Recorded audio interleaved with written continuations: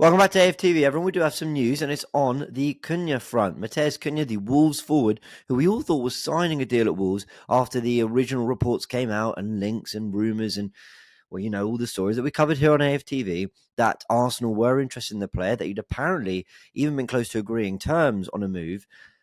Everything came out that he was going to sign a new deal at Wolves. And we kind of put that to bed for about 2 weeks. I mean, it's the 21st of Jan, right? And I think it probably was within that kind of first 5-10 days of the January window that we heard about the Matheus Cunha stuff.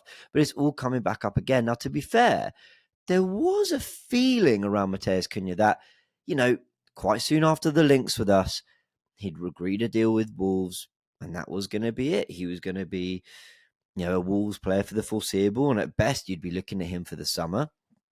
But that never got officially signed. You know, nothing was announced from Wolves, and everything just went a bit quiet, even after Fabrizio Romano and others said that Matheus Cunha was signing his deal. And I remember talking to someone in the office the other day saying, I wonder if Cunha's still gettable. And they went, no, he's signed a new deal. Well, I think he's agreed. I don't know if he signed it. And those are two different things. As we saw, I hate to bring the Zubimendi stuff up, as we saw with Zubimendi in Liverpool back in the summer, when there was a massive feeling that he was going to say yes to Liverpool and want to make that move. But ultimately, until it's signed, it's just not done. Now, let me give you everything from team news and ticks around this Matheus Cunha stuff, because he was one of the first to bring the news, the story, and a lot of what he said is proving true. So he said that the Cunha situation has got very, very messy over the last few days. As I reported in early Jan, Cunha's pretty much agreed terms with Arsenal. As loads of others reported a few days later, he has also agreed terms for a new deal at Wolves. He's playing us both, isn't he?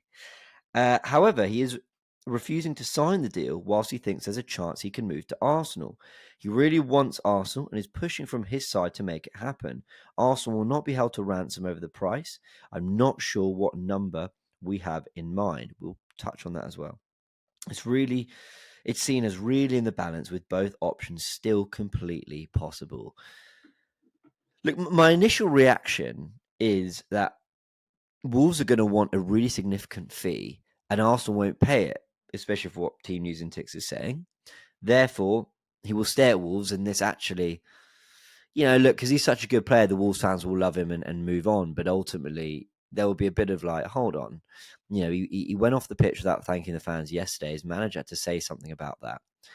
You've agreed this new deal, but you're not quite signing it. And the reason you're not signing it is because you want to move to Arsenal. That's just from Team News and Ticks, okay? That's, you know, from his patron, and it's not, I mean, there's all the respect in the world, but it's not like official reports and official papers and journalists coming out and saying it. But Team News and Ticks has been very on it with a lot of stuff with regards to transfers, team news, injuries, whatever it might be.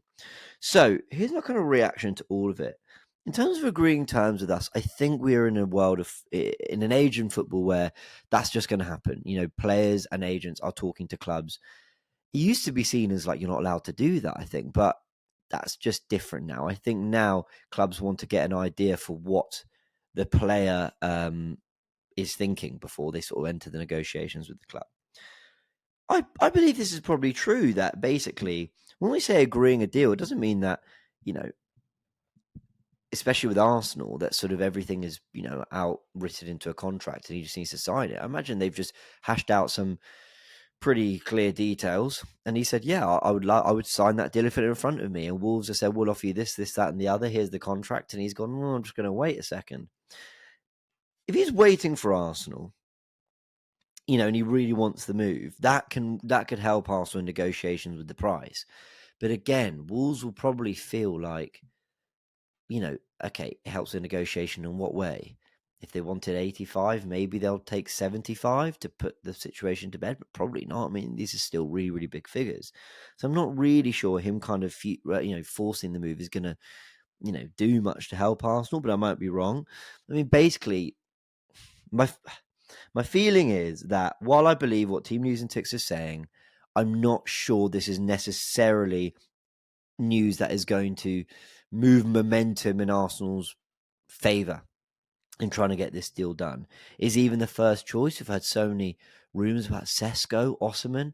I mean, they're all going to cost around the same price. There might be 20 million in it. But at that point, I think you go for the one you really, really want, unless there's other deals you're trying to do this window, but there's no suggestion that there's other deals that Arsenal are trying to do this window. So let's hash out this fee then. What do we think? Now, I know that Wolves fans weren't particularly happy with me, and I understand, because I said that I wouldn't pay above 45 or 50 million for Matheus Cunha when we were first linked. And I just want to explain why I said that, because my position has changed, but let's work through it. So the reason I said that at the time was I didn't think for 1 second Wolves would sell around that, by the way. Wolves absolutely, they did spend 50 million on him. They were never going to sell around that. But the value to Arsenal in that situation where we got to remember he's playing left of a front three in a 3-4-3. He's a player that's very good in the pockets. He's quick, but not blisteringly fast. So he doesn't really offer anything out wide in that sense that we don't necessarily have. I'm talking profiles, not quality. I'm talking profiles. And while his output is certainly better than Kai Havertz, than Gabi Jesus, it's not like elite level striker output, although maybe he would kick on. You never know. And that's kind of the profile of what we're looking for more, isn't it? The kind of guaranteed goal scorer. Now, you can all bring up Sesko and other players and say, well, do they offer that? Cool. Let's just talk about Cunha. So I just felt for a player that is predominantly a player that's really good in the pockets, off the left, I actually feel we have quite a bit of that. I actually think that's where Martinelli's at his best. And then that's certainly Trossard's profile. And though Cunha is better and in better form than those players, I think we have to look at what the squad needs. Not in terms of profiles and actually filling holes in the squad, not just getting quality through the door. However, that was all said before the Gabi Jesus injury. If I'm not mistaken, I said that before the Waneri injury. I might be wrong. It might have been soon after the Waneri injury. But Waneri we knew wasn't always going to be out for too long. So I have to say, for me personally, the situation has changed. Where I wasn't particularly comfortable with spending more than 45, 50 million on this player, knowing that Wolves full well wouldn't have accepted that anyway. I think you've got to go more. And I think 21st of Jan, Havertz in horrible form, Jesus out for 9 months. Waneri, I mean, even if he comes back still a 17-year-old. Saka, I mean, only the other week we saw him still on crutches. It gets desperate. And if your fee for Cunha was 50 million, then do you just spend 70 if that's the guy that Arteta wants anyway? And because he will be an upgrade on Havertz up front for sure. And that's where he'd have to play. I think he'd have to play as that false nine for us. It's, by the way, where I think he's most suited to this Arsenal team, this Arsenal system.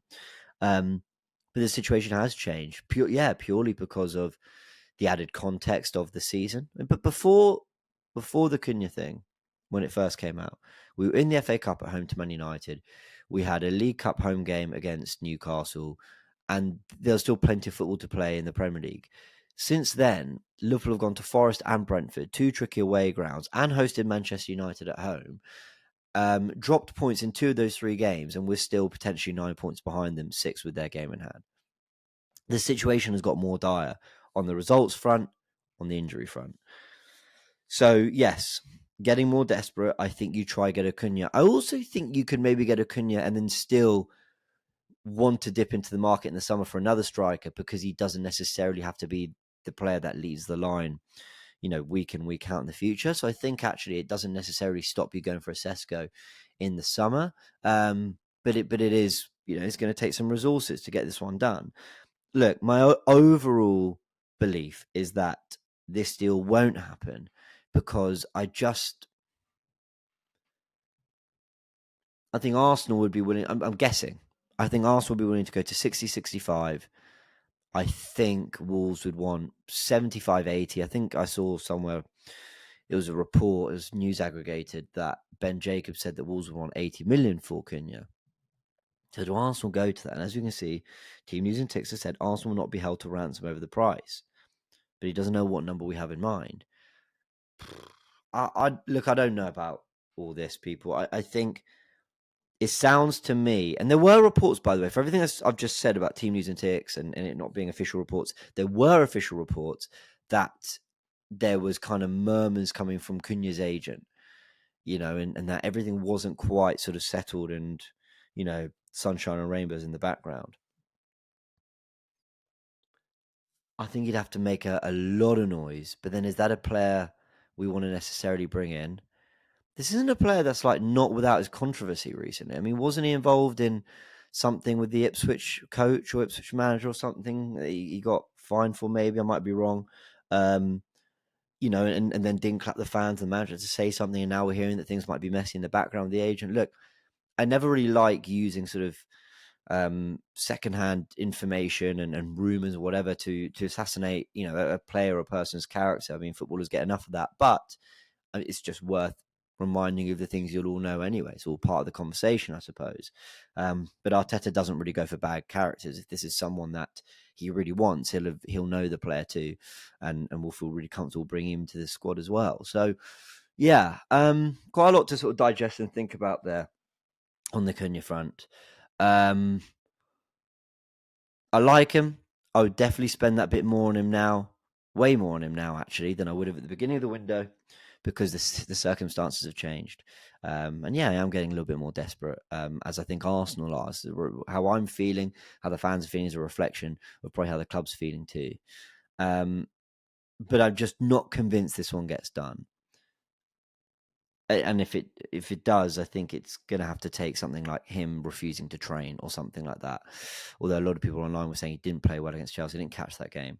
But is there a degree of sort of, not say downing tools, but maybe you could say that what's going on in the background is affecting his performances? I don't know.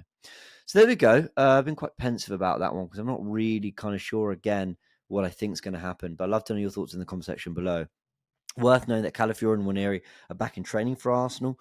They were pictured in training. I think Ben White is back in training too. So that's encouraging. I don't expect any of those three to be involved against Zagreb. Maybe if Ben White's training, then they'll see it as an opportunity to give him 10 minutes. But let's see. On the injury front, that's certainly some better news too. All right, we'll leave it there, everyone. Those are my thoughts. I'd love your thoughts in the comment section below. Hit the like button if you enjoyed this news update. Do subscribe to the channel as well for all the latest updates on the transfer front. And yeah, Matheus Cunha, let's call it 75 million. Let's bring them down from 80 to 75. Let me know in the comments. 75 million, Matheus Cunha, yes or no? Would you do the deal? I'd love to know your thoughts. Catch you in a bit.